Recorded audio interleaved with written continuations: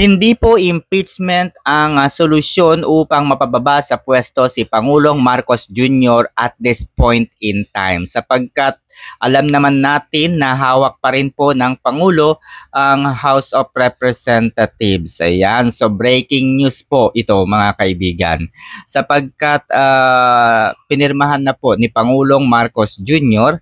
ang resignation ni na Executive Secretary Lucas Bersamin at ni DBM Secretary Amena Pangandaman. Kung inyong maririnig muli no ang mga naging pagdinig sa Senate Blue Ribbon Committee ay nabanggit at nadawit po ang pangalan ng dalawa na involved po sa insertion sa budget, no? Hindi lamang po involved, no, sapagkat napakalaki pong pera ang nalustay na wala sa kaban ng bayan. It's trillions of money are being lost, no, at nailagay po ito sa flood control projects ng Department of Public Works and Highway. Ayan, so mainit-init po ang mga issue ngayong mga sandaling ito sapagkat kahapon po ay nagsalita na po sa wakas itong si Ako Bicol Party List na si Saldico at dito po ay ibinunyag na niya na totoo, tama at hindi po nagsisinungaling. Tumutugma po ang mga salaysay ni retired Marines Orly Gutesa. Ayan, so kinonfirma po ito ni Congressman Saldico. Hindi daw po nagsisinungaling. Tama po ang sinasabi ni Orly Gutesa. Okay? So ating matatandaan na isa po si Orly Gutesa sa mga matatapang na testigo na kung saan ay binanggit nito ang mga pangalang hindi dapat mabanggit. Ayan. So kasama dyan syempre si Saldico din at si Martin Romualdez. Hindi lamang naman po si Orly Gutesa ang nagbanggit sa pangalang hindi dapat mabanggit. Nandyan din po ang mga diskaya. Sinabi rin po ng mga diskaya na kung saan ay yung pera na nakukuha po nila, yung mga porsyento po ay napupunta kay Saldico at kay Martin Romualdez.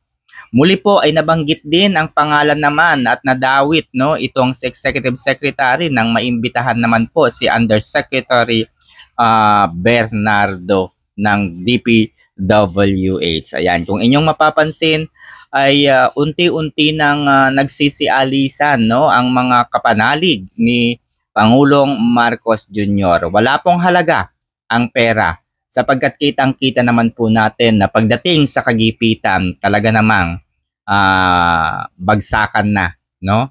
Pagdating po sa kagipitan talaga namang bagsakan na.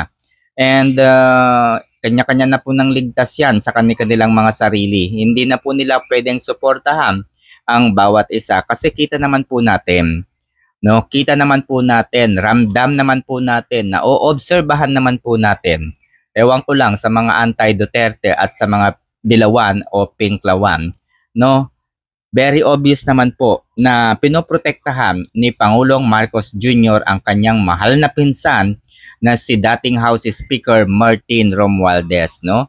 Nang madawit po sa unang pagkakataon nang mabanggit po ng mga diskaya ang partisipasyon ni Martin Romualdez sa maanumalyang flood control projects, agad-agad ay nagsalita si Pangulong Marcos Jr. at sinabing huwag ka agad-agad maniniwala sa mga pahayag ng mga diskaya. Naniniwala si Marcos Jr. na walang kinalaman si Martin Romualdez. So therefore mga kaibigan, it is very obvious. Wala pong balak ibagsak ni Pangulong Marcos Jr. si House Speaker Martin Romualdez at inatasan niya marahil no ang kanyang mga kaalyado na ang dapat madiin lamang dito ay walang iba kundi si Saldico. Okay?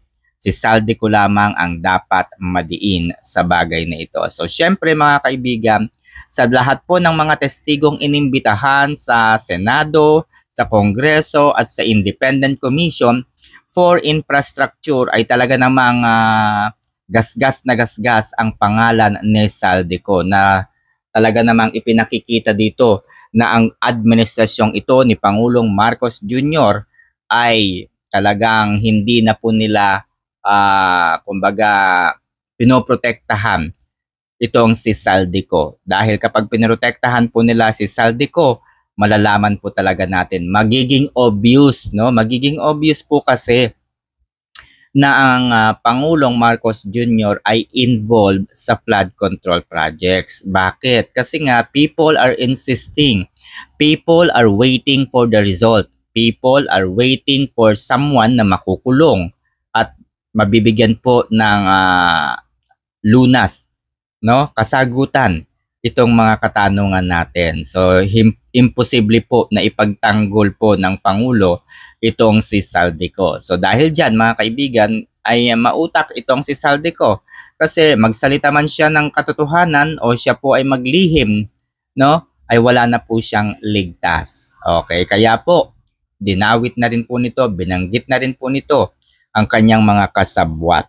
Okay, so eto mga kaibigan, ang ginawa pong pagtatanggol ni na Ping Lacson, ni na Undersecretary PCO na si Press Secretary Ante Claire, no, Claire Castro, Ping Lacson, DPWH Secretary Vince Dizon, ang sabi niya, kung talagang magnanakaw daw ang Pangulo, ay dapat ginawa na lamang ito directly at inilagay sa Net Expenditure Program. Ayan.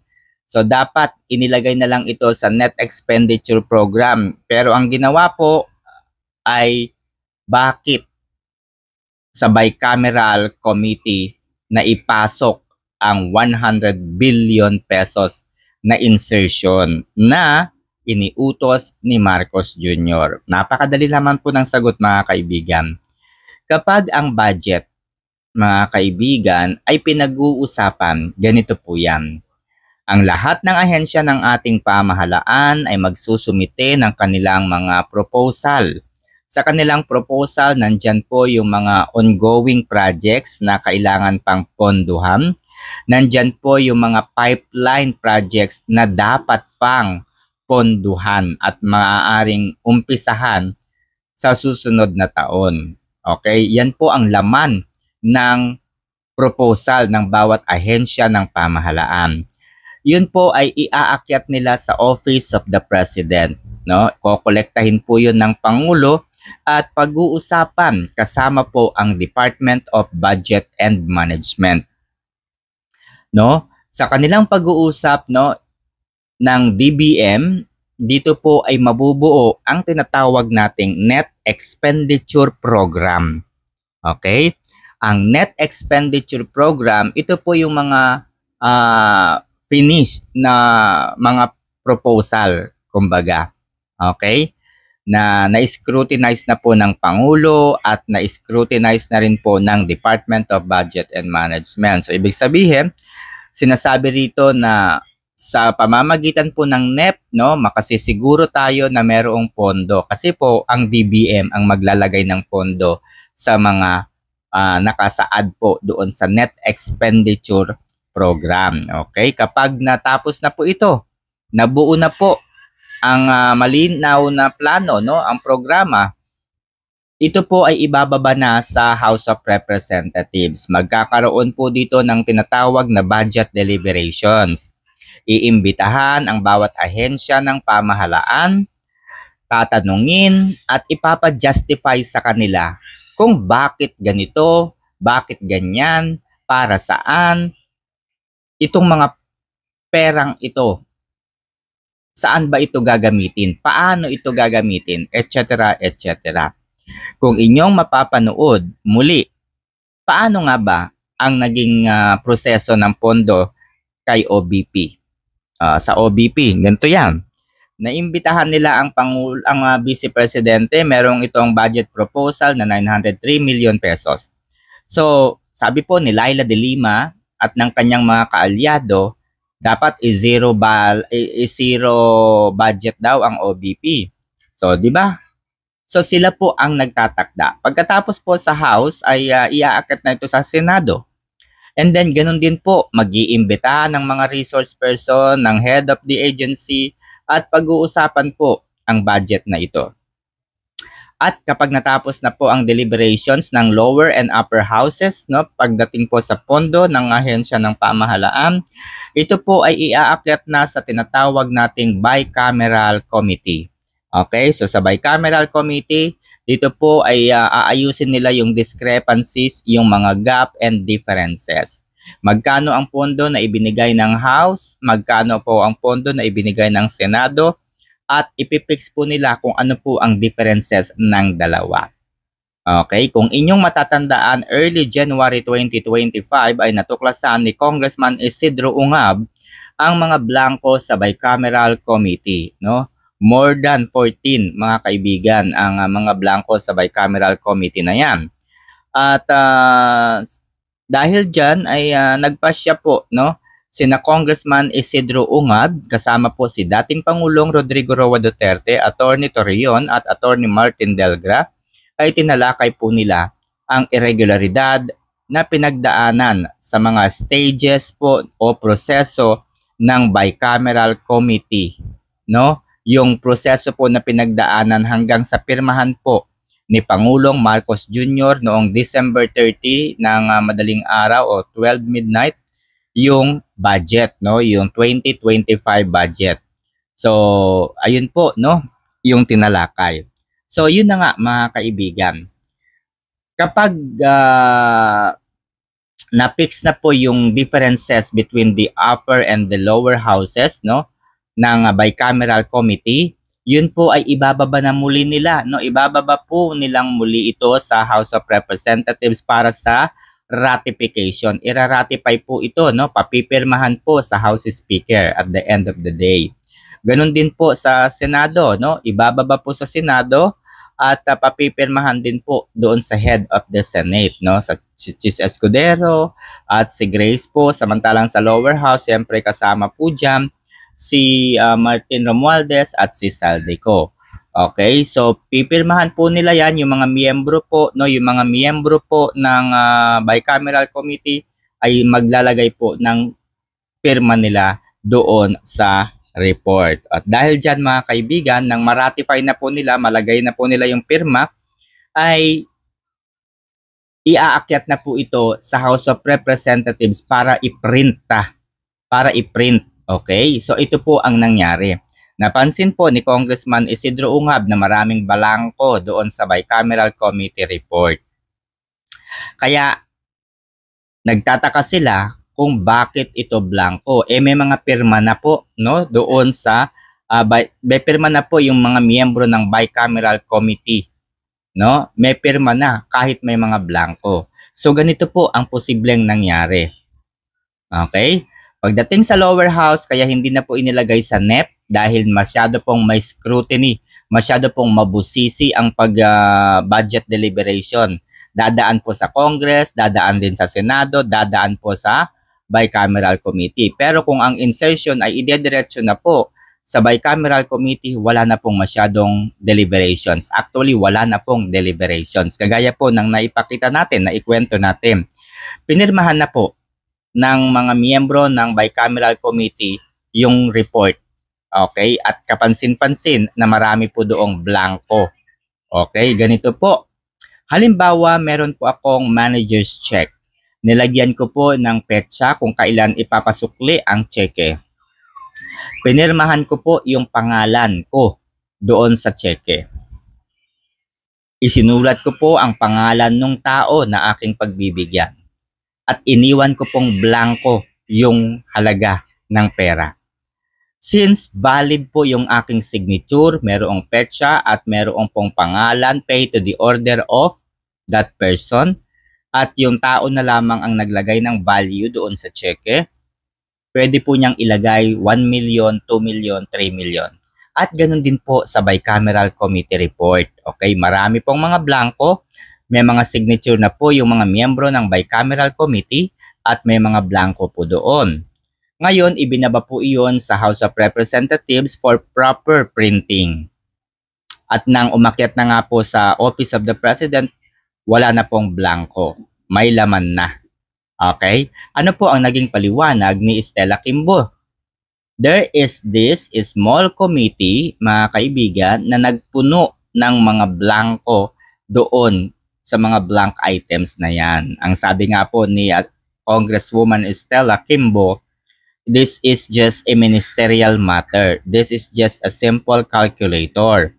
Meron na raw pondong nakalagay doon at ang ginawa na lamang ng mga miyembro ng small committee ay inalagay na lamang nila yung value. Okay, so ganun po. Wala pong masyadong scrutiny na doon sa bicameral committee. Kaya doon na ipasok, posible na talaga namang doon na ilagay ang 100 billion pesos mga kaibigan na insertion ni Marcos Jr. Ito po mga kaibigan, ang mga grounds for crimes against humanity na kung saan na hindi na po applicable kay Marcos Jr. ang impeachment. Sapagkat ito po, no, sa kanyang 3 taon ng panunungkulan sa Pilipinas, ito po yung kanyang mga kalokohan. 241 billion pesos, 2025 General Appropriations Act, illegal insertion in national budget. 500 billion pesos flood control budget, 250 billion Maharlika funds, 129 billion gold reserve na ibinenta niya, 89 billion na pondo ng PhilHealth na inilagay sa National Treasury, 62.5 billion sa GSIS Fund, 62 billion sa SSS Fund, 62 billion sa Land Bank, 62 billion sa Development Bank of the Philippines, 14 billion 370 million Small Town Lottery Prize Fund. Ayan. So ang dami mga kaibigan, ano?